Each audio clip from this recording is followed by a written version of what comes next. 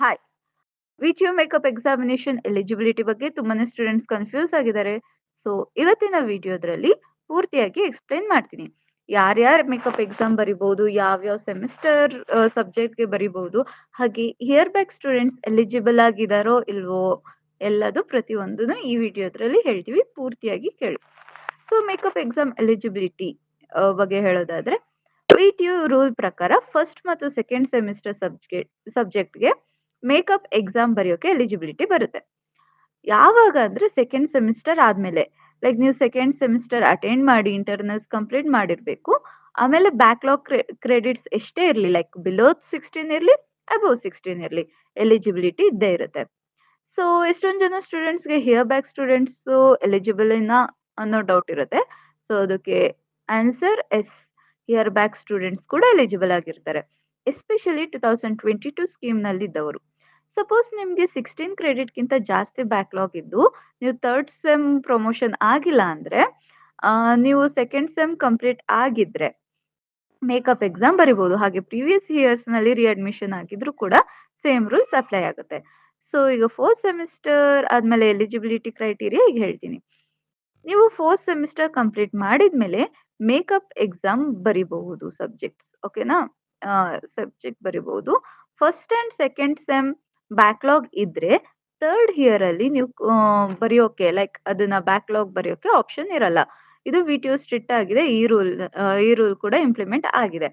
ನೀವು ಇವಾಗ ಏನಾದ್ರು ಫೋರ್ತ್ ಸೆಮಿಸ್ಟರ್ ಅಲ್ಲಿ ಇದ್ದಿ third and fourth semester subject ಇದ್ರೆ ಅದ್ರದ್ದು ಮೇಕಪ್ ಎಕ್ಸಾಮ್ ಬರಿಬಹುದು. First and second semester backlog ಇದ್ರೆ ನೀವು ಥರ್ಡ್ ಇಯರ್ ಟೈಮ್ ಅಲ್ಲಿ ಯಾವುದೇ ಕಾರಣಕ್ಕೂ ಬರೆಯೋಕ್ ಆಗೋದಿಲ್ಲ, ಬರೆಯೋ ಆಪ್ಷನ್ಸ್ ಇರಲ್ಲ. ಈ ತರ ವಿಟಿಯು ಸ್ಟ್ರಿಕ್ಟ್ ಆಗಿದೆ ಈ ರೂಲ್ ನಲ್ಲಿ, ಓಕೆನಾ? ಸೊ ಈಗ ಸಿಕ್ಸ್ತ್ ಸೆಮ್ ಫೈನಲ್ ಚಾನ್ಸ್ ಅಂತ ಬಂದಾಗ, ಸಿಕ್ಸ್ತ್ ಸೆಮಿಸ್ಟರ್ ಕಂಪ್ಲೀಟ್ ಆದ್ಮೇಲೆ ಬರೀ ಫಿಫ್ತ್ ಹ್ಯಾಂಡ್ ಮತ್ತೆ ಸಿಕ್ಸ್ತ್ ಸಬ್ಜೆಕ್ಟ್ ಮಾತ್ರ ಬರಿಬಹುದು. ಅಂದ್ರೆ ಫಿಫ್ತ್ ಮತ್ತೆ ಸಿಕ್ಸ್ತ್ ಸೆಮಿಸ್ಟರ್ ಅಲ್ಲಿ ಇರೋ ಸಬ್ಜೆಕ್ಟ್ ಮಾತ್ರ ಬರಿಬಹುದು. ಮುಂಚೆ ಲೈಕ್ ಫೋರ್ತ್, ಸೆಕೆಂಡ್, ಫಸ್ಟ್ ಈ ತರ ಮುಂಚೆ ಸೆಮಿಸ್ಟರ್ ಅಲ್ಲಿ ಏನಾದ್ರು ನಿಮ್ಗೆ ಬ್ಯಾಕ್ಲಾಗ್ ಇದ್ರೆ ಫೈನಲ್ ಇಯರ್ ಟೈಮ್ ನಲ್ಲಿ ಎಕ್ಸಾಮ್ ಬರೆಯೋಕೆ ಚಾನ್ಸ್ ಇಲ್ಲ ನಿಮ್ಗೆ, ಓಕೆನಾ? ಸೊ ನೀವ್ ಏನೇ ಇದ್ರು ಆ ಇಯರ್ ಅಲ್ಲೇ ಕಂಪ್ಲೀಟ್ ಮಾಡ್ಕೋಬೇಕಾಗುತ್ತೆ. ಫೈನಲ್ ಇಯರ್ ಇರ್ಲಿ, ನೆಕ್ಸ್ಟ್ ಇಯರ್ ಅಂತ ನೀವು ಮಾಡಕ್ ಆಗಲ್ಲ. ಫೈನಲ್ ಇಯರ್ ಅಲ್ಲಿ ನಿಮ್ಗೆ ಫೈನಲ್ ಇಯರ್ ಟೈಮ್ ನಲ್ಲಿ ಎಕ್ಸಾಮ್ ಬರೆಯೋಕೆ ಚಾನ್ಸ್ ಇರಲ್ಲ.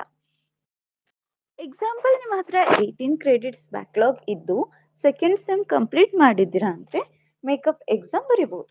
ಅದೇ ನೀವು ಥರ್ಡ್ ಅಥವಾ ಫೋರ್ತ್ ಇಯರ್ ವೇಟ್ ಮಾಡಿದ್ರೆ ದೆನ್ ಫಸ್ಟ್ ಮತ್ತು ಸೆಕೆಂಡ್ ಇಯರ್ ಸೆಮ್ ಸಬ್ಜೆಕ್ಟ್ ಬರೆಯೋಕೆ ಟೋಟಲ್ ಆಗಿ ಚಾನ್ಸ್ ಮಿಸ್ ಆಗುತ್ತೆ. ಸೊ ಬ್ಯಾಕ್ಲಾಗ್ಸ್ ಬೇಗನೆ ಕಂಪ್ಲೀಟ್ ಮಾಡ್ಕೊಳ್ಳಿ. ಸೆಕೆಂಡ್ ಇಯರ್ ಸ್ಟೂಡೆಂಟ್ಸ್ಗೆ ಒಂದು ಅಲರ್ಟ್ ಇದೆ, ಏನಂದ್ರೆ ನಿಮ್ಗೆ ಸೆಕೆಂಡ್ ಇಯರ್, ನೀವು ಸೆಕೆಂಡ್ ಸೆಮಿಸ್ಟರ್ ಅಂದ್ರೆ ಸೆಕೆಂಡ್ ಇಯರ್ ಅಲ್ಲಿ ಇದ್ದೀರಾ, ಹಾಗಿದ್ರೆ ಎಸ್ಪೆಷಲಿ ಇನ್ ಫೋರ್ತ್ ಸೆಮಿಸ್ಟರ್ ಇದ್ದವರು ಫಸ್ಟ್ ಮತ್ತು ಸೆಕೆಂಡ್ ಸೆಮ್ ಬ್ಯಾಕ್ಲಾಗ್ ಇದ್ರೆ ಮೇಕಪ್ ಎಕ್ಸಾಮ್ ಟ್ರೈ ಮಾಡಿ. ಫೈನಲ್ ಇಯರ್ದಲ್ಲಿ ಯಾವುದೇ ಕಾರಣಕ್ಕೂ ನಿಮಗೆ ಚಾನ್ಸ್ ಸಿಗೋದಿಲ್ಲ. ಸೊ ಈಗ ಸಮ್ಮರಿಯಾಗಿ ಹೇಳೋದಾದ್ರೆ, ಸೆಕೆಂಡ್ ಸೆಮಿಸ್ಟರ್ ಕಂಪ್ಲೀಟ್ ಆದ್ಮೇಲೆ first and second semester subject exam ಬರಿಬಹುದು. ಫೋರ್ತ್ ಸೆಮಿಸ್ಟರ್ ಕಂಪ್ಲೀಟ್ ಆದ್ಮೇಲೆ ಬರೀ ಥರ್ಡ್ ಮತ್ತೆ ಫೋರ್ತ್ ಸೆಮಿಸ್ಟರ್ ಸಬ್ಜೆಕ್ಟ್ ಬರಿಬಹುದು. ಆದ್ಮೇಲೆ ಫಿಫ್ತ್ ಅಂಡ್ ಸಿಕ್ಸ್. ಹಾಗೆ ಫಸ್ಟ್, ಸೆಕೆಂಡ್, ಥರ್ಡ್ ಸೆಮ್ ಅಲ್ಲಿರೋ ಸಬ್ಜೆಕ್ಟ್ ಎಕ್ಸಾಮ್ಸ್ ನ ನೀವು ಸಿಕ್ಸ್ತ್ ಸೆಮ್ ಆದ್ಮೇಲೆ ಬರೆಯೋಕ್ ಅವಕಾಶ ಇರುವುದಿಲ್ಲ, ಆ ಚಾನ್ಸಸ್ ಇಲ್ಲ.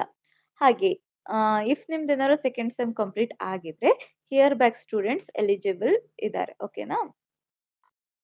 ಸೊ ಸ್ಟೂಡೆಂಟ್ಸ್, ಈ ಇನ್ಫಾರ್ಮೇಶನ್ ನಿಮ್ಗೆ ಯೂಸ್ಫುಲ್ ಅನ್ಸಿದ್ರೆ ವಿಡಿಯೋಗೆ ಲೈಕ್, ಶೇರ್ ಹಾಗೆ ಕಮೆಂಟ್ ಮಾಡಿ. ನಿಮ್ಗೆ ಏನೇ ಡೌಟ್ಸ್ ಇದ್ರು ಕಮೆಂಟ್ ಸೆಕ್ಷನ್ ಅಲ್ಲಿ ಕಮೆಂಟ್ ಮಾಡಿ. ಇದು VTU exam, revaluation, makeup exam, placement, hostel ಎಲ್ಲ ತರ ಅಪ್ಡೇಟ್ಸ್ ನಿಮ್ಗೆ ಸಿಗ್ತಾ ಇರುತ್ತೆ.